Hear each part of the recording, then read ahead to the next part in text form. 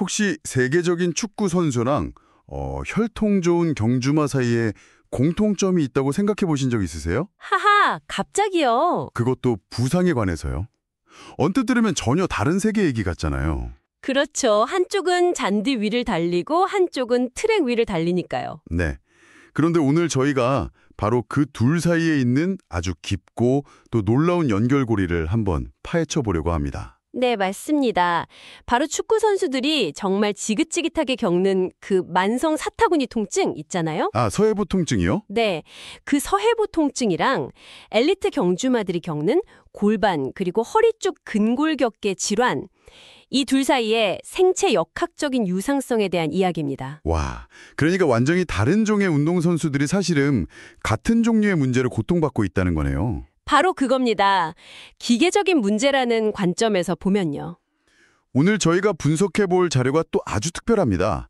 바로 캐롤라인 버거 대표민의의 연구를 대표하는 은퇴한 경주마 간두르와의 가상 인터뷰에서 가져온 내용이거든요. 말과의 인터뷰라니 참 독특하죠? 네.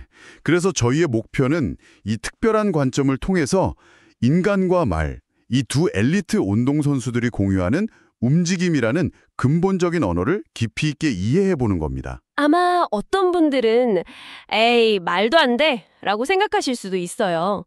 사람은 두 발로 서고 말은 네 발로 걷는데 이게 어떻게 비교가 되냐고요. 저도 처음엔 그 생각부터 들더라고요. 근데 그 겉모습 너머를 봐야 합니다. 결국 고성능의 움직임이라는 건 골반의 안정성, 그리고 신경과 근육의 정교한 협응, 마지막으로 폭발적인 힘의 관리, 이 세 가지 보편적인 기계적 원리를 공유하거든요. 아, 골반의 안정성, 신경근의 협응, 힘의 관리. 든 말에게든 이 골반 부위는 거대한 근육 사슬이랑 지지 인대, 또 움직임을 조율하는 수많은 센서들이 만나는 말 그대로 힘의 교차로 같은 곳이에요. 힘의 교차로. 와, 표현이 멋진데요. 그럼 그 중요한 교차로에 문제가 생기면 신호등 고장난 사거리처럼 완전 엉망이 되겠네요. 정확합니다. 축구 선수들 같은 경우에는 보통 사타구니 주변이 모호하게 아주 광범위하게 아프다고 하잖아요. 네, 맞아요. 여기가 아파요 하고 딱 한 군데를 짚지도 못하고 뭔가 뻐근하고 깊숙한 곳이 아프다는 식의 아주 답답한 통증이요. 맞습니다. 그게 바로 문제의 핵심 중 하나예요. 통증의 원인이 정작 통증이 느껴지는 그 부위에 있지 않은 경우가 많기 때문이죠. 아, 근데 사람은 적어도 이 주변이 불편해요 라고 말이라도 할 수 있잖아요. 말은 그럴 수가 없죠. 맞아요. 그게 정말 궁금했어요. 말을 못하는 동물이 겪는 불균형은 도대체 어떻게 알아채는 거죠? 그냥 컨디션이 안 좋아 보이는 거랑은 다를 텐데요. 훨씬 미묘한 신호들로 나타납니다. 간대로의 데이터를 분석해보면요. 처음에는 통증이 아니라 주저함으로 나타났다고 해요. 주저함이요? 네, 예를 들어 왼쪽으로 코너를 돌 때 아주 미세하게 속도를 줄인다거나 아니면 출발할 때 뒷다리 한쪽을 살짝 덜 쓰는 식이죠. 와, 그건 정말 기수가 아니면 알아채기 힘들겠는데요. 그렇죠. 겉보기엔 아주 작은 변화지만 내부적으로는 이미 골반의 균형이 깨지기 시작했다는 신호였던 겁니다. 엉덩이가 한쪽으로 미세하게 쏠린다거나 허리에 계속 긴장이 관찰되는 것도 다 같은 맥락이고요. 아, 그러니까 인간은 통증이라는 단어로 표현할 문제를 말은 움직임 패턴의 변화라는 다른 언어로 표현하고 있었던 거군요. 바로 그겁니다. 겉으로 드러나는 증상은 전혀 다른데 그 근본적인 메커니즘은 같다는 말씀이시죠? 정확해요. 두 경우 모두 근육을 그물처럼 감싸고 연결하는 근막 사슬의 연속성이 깨진 결과예요. 근막 사슬이요? 네. 축구 선수는 킥이나 방향 전환처럼 폭발적인 동작을 할 때 골반 주변 근육들이 조화롭게 힘을 쫙 분산시켜야 하거든요. 근데 이 사슬의 한 부분이 약해지거나 너무 뻣뻣해지면 그 스트레스가 가장 약한 고리, 즉 치골 결합 부위로 집중되는 겁니다. 아, 과부하가 걸리는 거군요. 그렇죠. 말의 경우는 뒷다리에서 생성된 엄청난 추진력이 허리와 골반을 통해 전달되는데 이 힘의 고속도로에 정체가 생기면서 골반 전체의 균형이 무너지는 거고요. 결국 통증은 그 모든 과정의 맨 마지막에 울리는 경고음일 뿐입니다. 그 인터뷰에서 간두르가 남긴 말 중에 정말 인상 깊었던 구절이 있어요. 자세는 몸의 역사를 말해주는 조용한 언어다. 아, 저도 그 부분 보고 감탄했습니다. 시적인 표현인데 굉장히 과학적인 통찰이라고 느꼈거든요. 이 지점이 정말 흥미로워요. 우리가 그냥 무심코 취하는 나쁜 자세가 어떻게 이런 만성적인 통증으로 이어지는 걸까요? 그 조용한 언어를 해독하는 게 재활의 시작이죠. 축구 선수의 예를 들어볼게요. 많은 선수들이 골반이 앞으로 좀 과도하게 기울어진 자세, 소위 전방경사를 가지고 있어요. 아, 약간 오리궁둥이처럼 보이는 자세 말씀이시죠? 네, 맞아요. 혹은 복부 가장 깊은 곳에서 허리를 벨트처럼 감싸주는 복횡근의 긴장도가 부족할 수도 있고요. 이렇게 되면 어떻게 될까요? 글쎄요. 골반 앞쪽에 있는 치골 결합 부위가 계속해서 짓눌리는 스트레스를 받게 됩니다.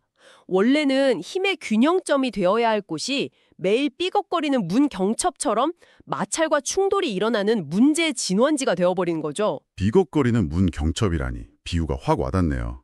그럼 말의 경우는 그 거대한 몸을 지탱해야 하니까 더 복잡하겠어요? 원리는 놀랍도록 똑같습니다. 말은 체중의 약 60%를 앞다리에 40%를 뒷다리에 싣는데 경주마는 뒷다리로 땅을 박차고 나가는 추진력을 극대화해야 하거든요. 네, 그렇죠. 그런데 만약 호흡을 관장하는 횡격막이랑 복부 깊은 근육들의 협응이 깨져서 몸통을 안정적으로 못 받쳐주면 뒷다리에서 나온 그 강력한 추진력이 제대로 관리되지 않고 허공으로 흩어지거나 골반에 그대로 충격으로 돌아옵니다. 아, 힘이 새는 거네요. 그렇죠. 양쪽 뒷다리가 균형 있게 땅을 밀어주지 못하고 한쪽으로 쏠리면 골반은 말 그대로 비틀리게 되는 겁니다. 인간의 골반 전방 경사랑 똑같은 역학적 스트레스가 발생하는 거예요. 얘기를 듣다 보니까 이게 단순히 근육이 약하거나 뻣뻣한 문제가 아닌 것 같다는 생각이 드네요. 뭔가 더 근본적인 제어 시스템의 문제 같은데요. 정확히 보셨어요. 여기서 고유 수용성 감각이라는 핵심 개념이 등장하더라고요. 네, 바로 그겁니다. 이 모든 문제의 배후에 있는 조용한 지배자라고 할 수 있죠. 고유 수용성 감각. 말이 좀 어렵게 들릴 수 있는데 네, 좀 어려워요. 아주 쉽게 비유하자면 우리 몸에 내장된 GPS라고 생각하시면 돼요. 몸의 GPS요? 아, 그거 재밌네요. 혹시 눈을 감고도 내 팔이 어디쯤 있는지, 무릎이 얼마나 굽혀져 있는지 아는 그런 감각 말하는 건가요? 정확합니다. 바로 그 감각이에요. 우리는 평소에 전혀 의식하지 못하지만 이 GPS 덕분에 뇌는 실시간으로 우리 몸의 모든 관절과 근육의 위치, 속도, 힘에 대한 정보를 받습니다. 와, 축구 선수가 상대방 보면서 드리블할 때 자기 발이 어디 있는지 신경 안 써도 되는 이유, 경주마가 전력 질주하면서도 내 다리가 엉키지 않는 이유가 전부 이 고유 수용성 감각 덕분이죠. 그렇군요. 이게 정교하게 작동해야만 우리 몸은 필요한 순간에 필요한 만큼의 힘을 필요한 근육을 동원해서 쓸 수 있는 겁니다. 그렇다면 만약에 이 GPS가 고장나거나 신호가 약해지면 어떻게 되나요? 상상만 해도 아찔한데요. 몸은 어떻게든 그 상황을 해결하려고 합니다. 아주 똑똑하면서도 어찌 보면 좀 미련한 방식으로요. 바로 보상작용을 시작하는 거죠. 보상작용이요? 네, GPS 신호가 약해지면 우리가 주변 다른 건물을 보고 길을 어림짐작하려 애쓰는 것과 같아요. 몸도 마찬가지로 원래 그 일을 해야 할 근육이 제 역할을 못하면 주변의 다른 근육들을 과도하게 쥐어짜서라도 어떻게든 움직임을 만들어냅니다. 아, 예를 들어 골반을 안정시켜야 할 엉덩이 근육이 잠들어 있으면 허리 근육이나 허벅지 근육이 그 일을 대신하느라 과부하에 시달리는 거죠. 그러니까 당장의 움직임은 해결이 되는데 장기적으로는 엉뚱한 근육들만 혹사당하면서 시스템 전체가 망가지는 거군요. 바로 그겁니다. 그리고 이 보상작용이 몇 달, 몇 년간 만성화되면서 결국 병리학적인 문제, 즉 통증으로 나타나는 겁니다. 그렇군요. 그래서 서해부 통증은 단순히 사타구니 근육의 아픈 문제가 절대 아니에요. 힘을 정밀하게 조절하고 분배하는 우리 몸의 운영체제, 즉 시스템 전체에 버그가 생긴 거라는 점을 이해하는 게 핵심입니다. 시스템 전체의 문제라면 해결책도 당연히 시스템을 다시 바로잡는 접근이 필요하겠네요.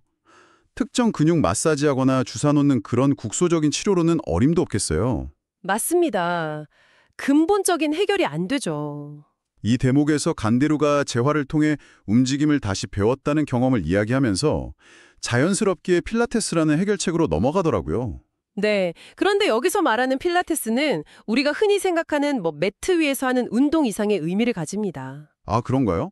필라테스의 진짜 핵심 철학은 몸을 분절된 부분의 합이 아니라 하나의 유기적인 전체로 보고 각 부분의 협응력을 회복시키는 데 초점을 맞추기 때문이죠. 인간의 파워하우스 또는 간두루가 표현한 힘의 교차로, 즉 우리 몸의 중심부를 재활성화해서 고장난 소프트웨어를 다시 쓰는 과정이라고 볼 수 있습니다. 소프트웨어를 다시 쓴다.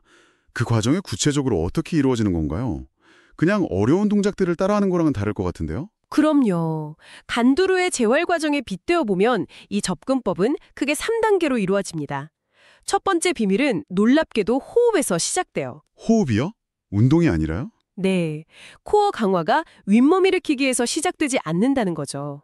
횡격막을 이용한 깊은 호흡을 통해 복부 내압력을 조절하는 법을 다시 배우는 겁니다.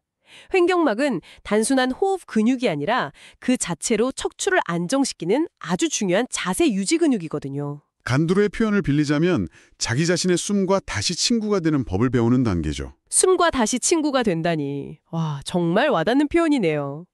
우리는 평소에 숨 쉬는 걸 너무 당연하게 여기니까요. 그렇죠. 그럼 두 번째 단계는 심부 근육 재활성화입니다. 심부 근육, 네. 복횡근, 골반 기저근처럼 척추와 골반을 아주 깊은 곳에서 안정시키는 눈에 보이지 않는 근육들을 깨우는 단계죠. 이 근육들은 헬스장에서 키우는 식스팩처럼 큰 힘을 내는 근육이 아니에요.